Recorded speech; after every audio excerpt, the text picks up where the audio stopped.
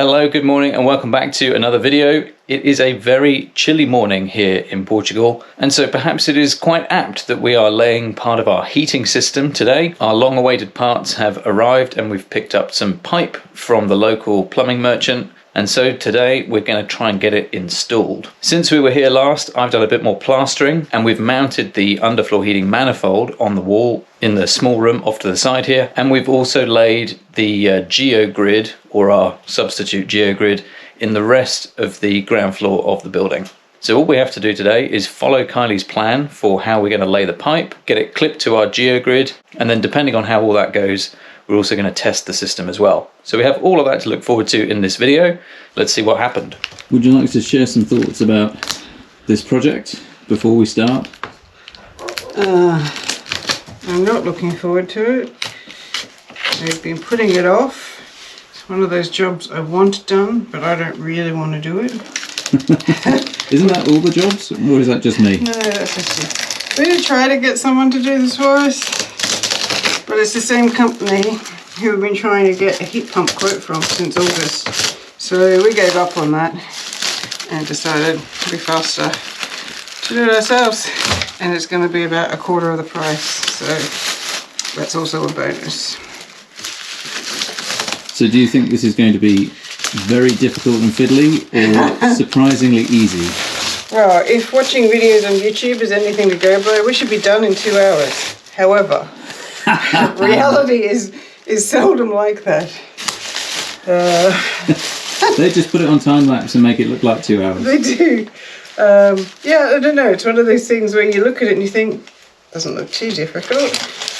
But then you realise that you got to be on your knees and you got to be shuffling a lot and zip ties are fiddly. So I'm hoping that my normal optimism comes through rather than the pessimism that you're currently feeling. That I'm currently feeling.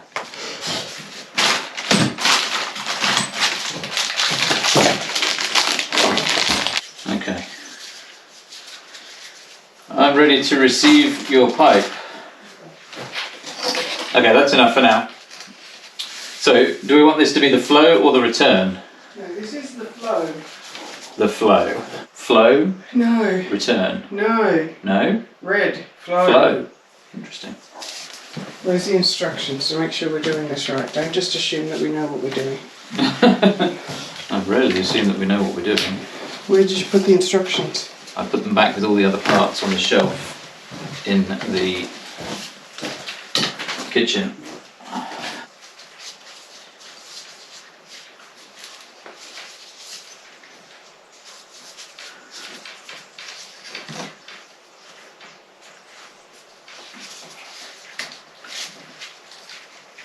Okay, there's the first problem.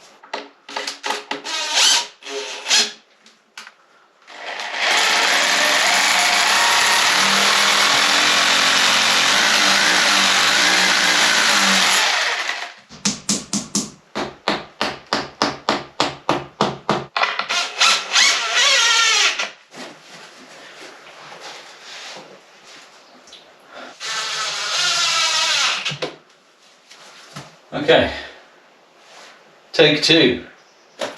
Right, now that our manifold is in a new and improved position, we can crack on with laying the pipe. Let's hope that's the only thing that we have to undo and redo today. But you need to step backwards when you do that, otherwise it all just bunches up. Okay. This is surprisingly heavy. Yeah. So when I said it was going to go too quick for a time lapse, I might have been wrong. That's exactly what I was thinking. So step backwards. Step in.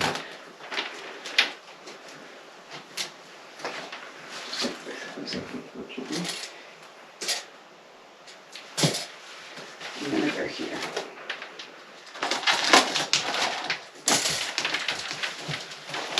This is a little bit too far away, I think.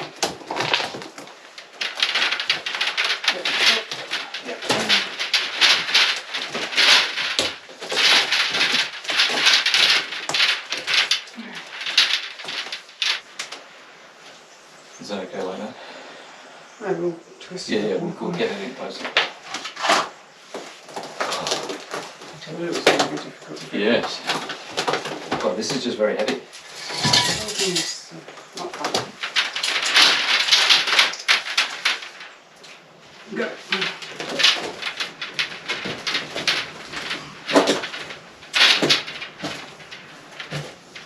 So we're going around the Going perimeter, around the perimeter, yep. over to this side and then back. So, Yes.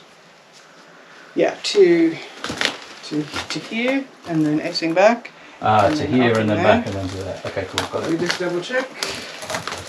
So yeah, it's actually going to go to that twice. So up to that, back, up to that corner again, and it should be back. That's Oh, what the plan interesting. says, because they have 150 centres.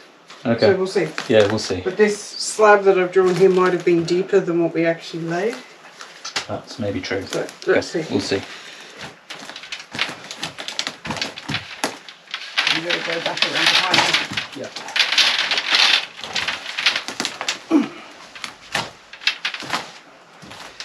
Okay, now walk down there.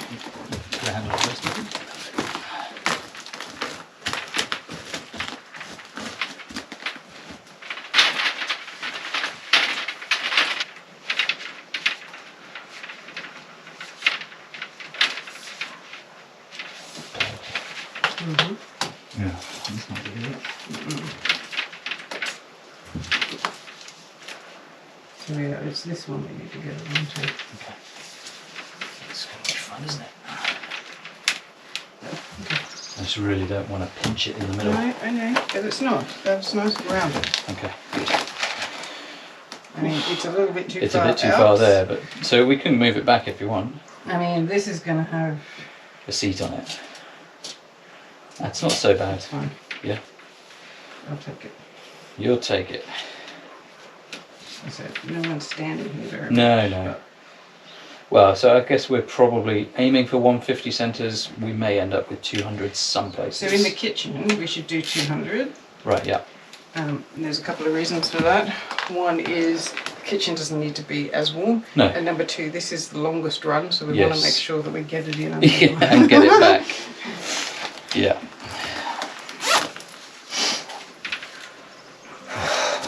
Getting warm now.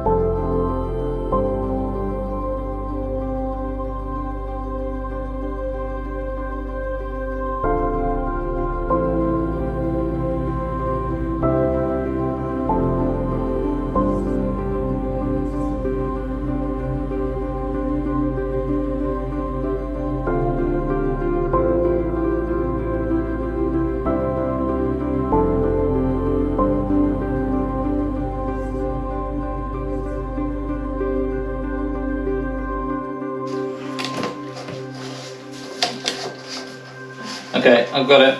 You can push it. Yeah, that's fine.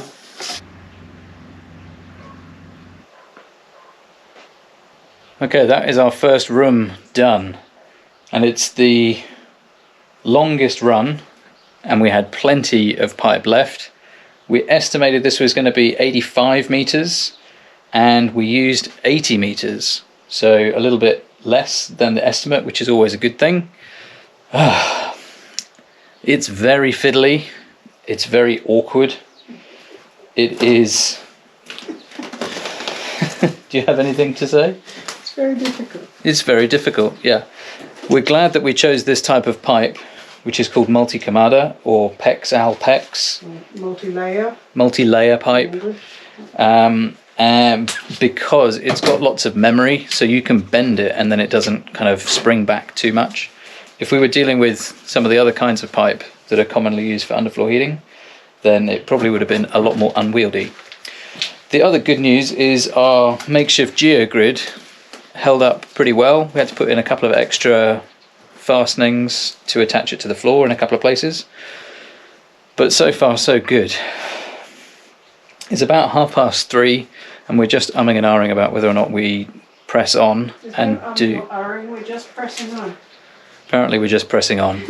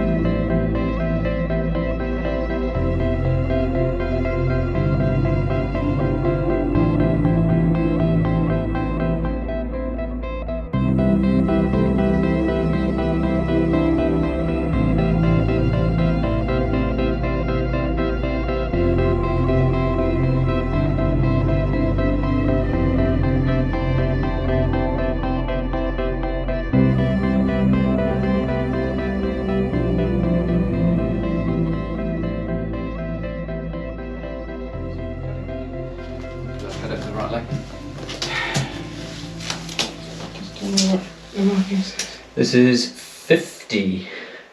45. 49. 49, okay. Let's call it 50. Yeah. We're done, almost.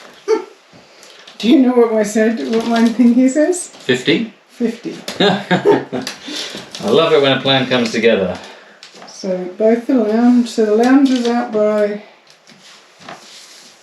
Yeah, The lounge was out by the most. They're both out by like A little bit. 5 to 10, yeah. Okay. think this is the most peaceful we have been for the last 2 days. Do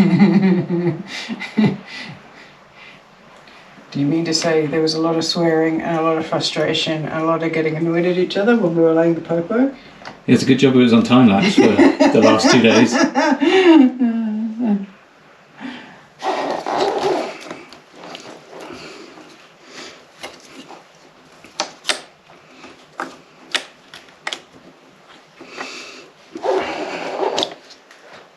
It may be a threading, yeah, it doesn't go on properly. Let me put this down and lend a hand. Yeah.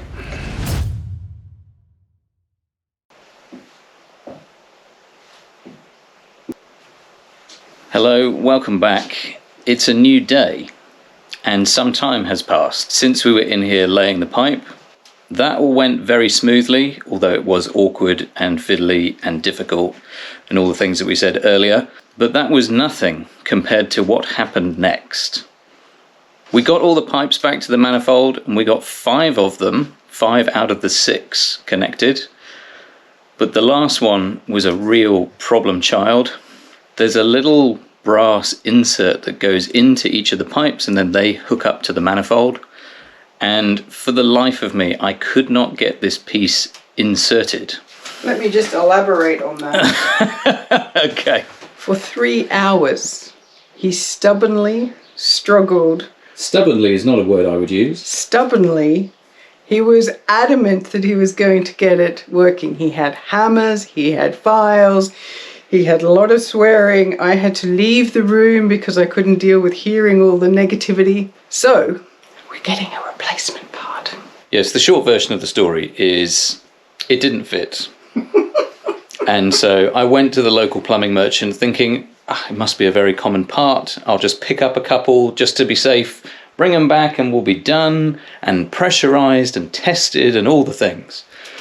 No, it turns out it is not like a super specialist part, but it's not a common thing because underfloor heating is not that common, particularly in this area of Portugal where we live. So we have a part, 2 parts, to be safe, on order. They are supposed to arrive today, but today is Friday and this video is supposed to go out on a Saturday. So we don't know if the parts are going to arrive, so we don't know if we're going to be able to finish and do all the things. So we thought we would just draw this video to a close without the magical happy ending that we planned for it, but with a conclusion nevertheless. I'm going to try and answer some of the questions that I anticipate being asked and explain some of the reasons why we've done certain things in certain ways with the design. So the first thing I'm going to explain is next door. Okay. So this room, the lounge, the middle compartment, has what I call a snail design, spiral design. So you're going into an inner circle and then you're coming back out. So you work your way into the middle of the room with the flow, Yep. and then the return. Kind of goes next to it. And so Right. you've got flow return from the outside in. Which is different to the kitchen, which has the more S-shaped Snake design. pattern. Yeah. And the reason that we've done different designs in the 2 rooms is because the 2 systems heat slightly differently. And so we've matched the heating, the method of heating with the function of the room. So this room, we do have 1 external door there. So the flow goes in front of the original flow, so the hottest water goes in front of that door first. Which would be the coldest part of the room. Exactly. We want this room to be evenly heated. So we're going to spend a lot of time on the sofa in here or in our little wine area. And so we want an even temperature across the floor. And that's what this spiral design does. It kind of creates an even temperature because you have spread the flow and return evenly across the floor. So in this instance, it's the hottest part of the water. It's going to go right around the outside and then slowly come in. And then the coldest water then slowly comes from the inside back to the outside. So it means it's got hot, cold throughout the floor. So that should result in a nice even temperature. And when we say cold, it's not cold, No, it's just not as hot. Exactly. Yeah. It's the cooler, it's the return. But the kitchen has a completely different design because it's used differently. This room has a door at either end, This one's going to be locked in eventually. This one will be where we enter the house most often, so it's going to be opened a lot. So the heat, the flow, is coming in here first and doing quite a bit of essing with really narrow centres. And this is also our dining area. So again, we're going to be sitting here the most. And then over in the kitchen, where the range cooker will be, you don't really sit there, you don't really hang out there, you're walking around. It doesn't need as much heat as this side of the room. So I've chosen to go for a very tight S at the dining end, and then the centres get slightly larger to 200 because we don't need as much heat over there, and it will be then returning from there as well. Cool. So that's the difference between the two. And down in the utility and the bathroom, just for ease of laying, we've gone for S. Again, we're not going to be spending a lot of time down there, but we do want heat down there, and it's also going to go up through the stairwell. So hopefully that covers the major questions about the design and the two different methods that we used, but we probably also need to address why we are cable tying these pipes to what is essentially a plastic fencing that we've attached to the floor. So if you've been following along the journey of this project, you'll already know the answer to this, but if you haven't, this is a limecrete floor architecture. So there is no cement, it is lime and lacquer. There is no lime and sand yet. The slab is lime and sand. Lime does not play well with anything metal. So if you put in a traditional underfloor heating, you would have a cement or insulated base. You would put like a cattle grid or a metal grid, and then you would clip to that, or you would clip straight into a foam insulation. None of those work with a limecrete floor. So the only option that you have, you can get the plastic clip strips, then you still have to fix them into the floor. So we decided to go for this geogrid because it's the most common method. For a limecrete floor. For a limecrete floor, because it's plastic or poly something. Whatever. Sturdy plastic. And then to that you zip tie the pipes. So you can't use nails, you can't use screws, you can't use metal grids, none of that, because what happens with those is they start to corrode. That corrode leads to rust. That rust then starts to discolor and also could ultimately fail your underfloor heating. So that's why we did that. There were some questions last time when we were putting the grid down. I thought I'd just explain that again to make it super clear that metal and lime do not play very well. Anything else? There is one more question that we have had, which is why have we chosen a wet underfloor heating system rather than electric? And I'd say this, yeah, it's a good question. And I would say we've used both in the past. Electric is great for really small areas because it's super quick to heat up. So in a bathroom or a wet area where you only need it for short periods of time, so you can turn it on and off. A wet system is much better when you're going to have it on all the time. It produces a slower heat up and cool down. And in this building, the heat that comes up, the stone walls will start to absorb them and act as a thermal store. So it kind of works better with a stone building to have the underfloor being wet rather than electric. But our biggest reason is the electric cost. So we are off-grid only on solar. In the winter, when we need the heating the most, is when we have the least electric because of the grey days. And so we are going to run a heat pump to heat hot water, which is much more efficient than using electricity to heat underfloor heating.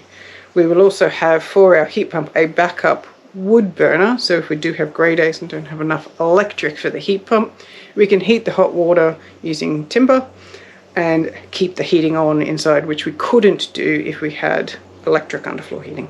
So hopefully that answers some of the major questions. Of course, if you have more, stick them down below and we'll do our best to answer them. So the only thing that remains is to cross all the fingers, all the toes and all the things that our parts arrive today and we can crack on and finish this project so that we can then start the slabbing next week. But until then, that is it for this video. We'll see you in the next one. Bye for now. See you later.